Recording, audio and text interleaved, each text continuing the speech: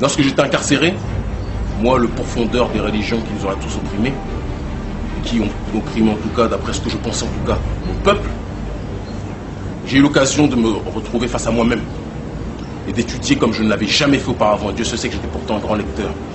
D'étudier en profondeur le Coran. Et je dois te dire la vérité aujourd'hui.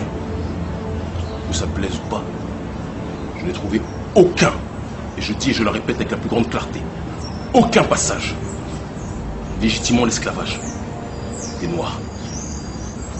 Il est relaté dans le Coran, et c'est su de tous, que le rappel, puisque c'est ce qu'on appelle, quand on dit al-Dikr, lorsqu'on parle du Coran, le rappel est venu à une époque où les Arabes pratiquaient l'esclavage. Et par conséquent, Dieu déclare et prononce et précise qu'il est nécessaire que progressivement, en tout cas, l'être humain puisse être libéré. Mais en aucun cas, l'esclavage n'a été racialisé. Dans le Coran, à aucun moment, on ne parle de la malédiction de Cham.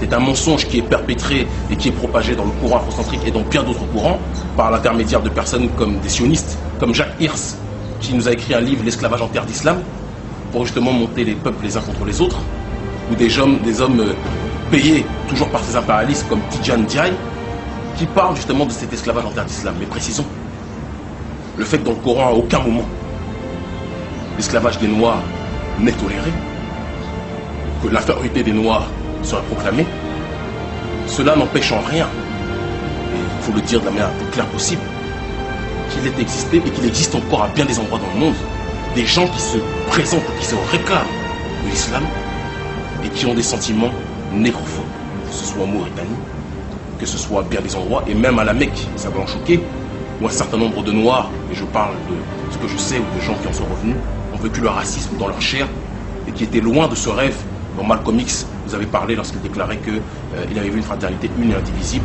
sans racisme, sans discrimination.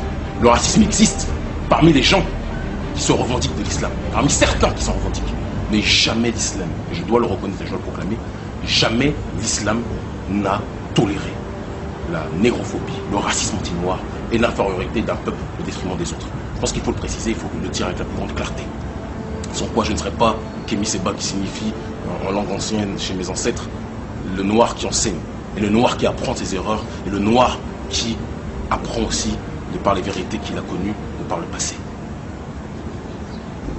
Cette négrophobie inhérente à certains a servi au courant afrocentriste afin que ces derniers puissent repousser, entre guillemets, cette religion de notre communauté, de notre population, en déclarant que si on est dans cette religion, on participe au mal-être que notre peuple a connu depuis un certain nombre d'années, on participe à une religion qui nous aurait infériorisés. C'est faux.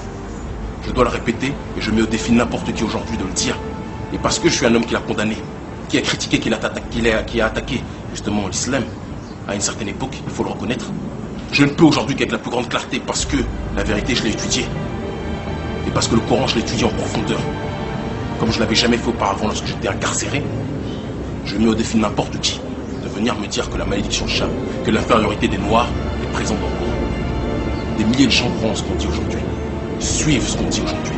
Je ne peux pas leur mentir, je ne peux pas les décevoir.